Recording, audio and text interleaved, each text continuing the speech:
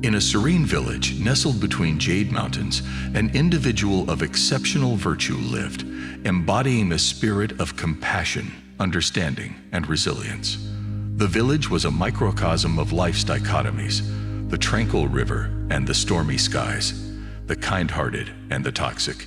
Within this milieu, our protagonist, a carpenter of great skill and greater patience, navigated his journey, carving not just wood, but also a path of wisdom. In his world, toxicity took form in the words and actions of his brethren, a manifestation of their internal storms.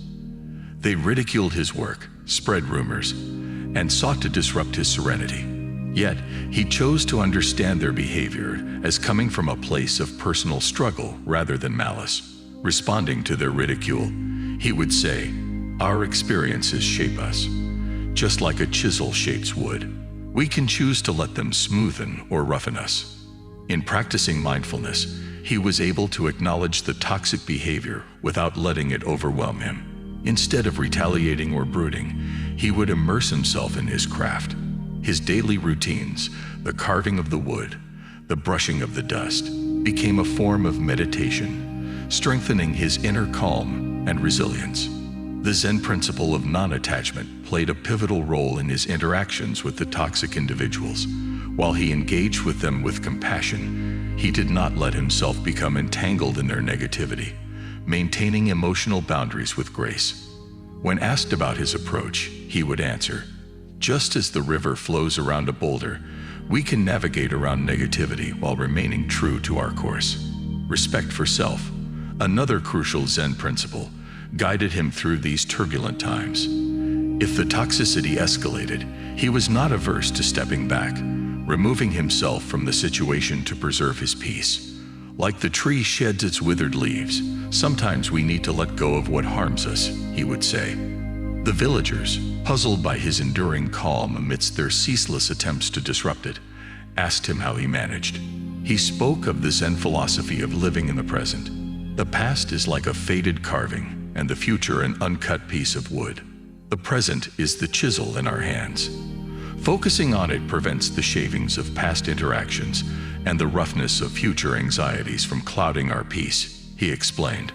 A severe drought once plagued the village. The toxic individuals blamed everyone and everything, their negativity amplifying the village's distress. Unperturbed, the carpenter contributed towards relief efforts, his actions silently teaching the value of constructive action over destructive blame. His steadfast resilience, amplified by regular meditation, stood as a beacon against the harsh winds of criticism. Gradually, his wisdom began to influence the villagers. They saw how compassion and understanding, non-attachment, self-care, mindfulness, living in the present, and resilience through meditation could turn even the harshest of environments into a nurturing one. They learned to see their toxic behavior for what it was, a manifestation of their own struggles, not a reflection of those they targeted. Through this parable, the essence of dealing with toxicity comes to life. By embodying Zen principles, one can navigate through the storms of negativity with grace and resilience, not only preserving their inner peace, but also subtly influencing those around them to follow suit. And so, in the heart of that humble village nestled between the Jade Mountains, the story of the wise carpenter resonated, whispering a profound truth about life and the art of dealing with toxicity. Through his journey, he revealed that it isn't the toxicity of others that shapes our experience, but how we choose to respond to it. Every echo of ridicule, every ripple of rumor, every tide of turmoil can be met with compassion, understanding, and resilience. We can choose to see the pain behind the barbs, responding not with fire, but with the soothing balm of empathy. By practicing mindfulness, we can understand our emotions, acknowledging them without being controlled by them. The principle of non-attachment reminds us to maintain our emotional boundaries, to engage without entanglement.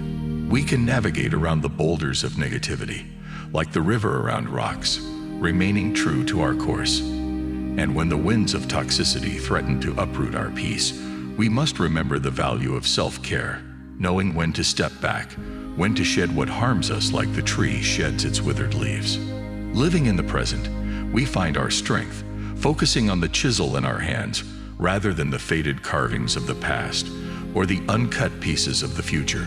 Through regular meditation, we cultivate an inner sanctuary of calm, a resilient shield against the harshest storms.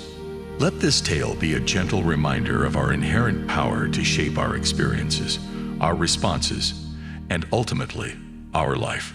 Just as the carpenter carves wood, we too carve our existence through our actions, our reactions, and most importantly, our attitudes.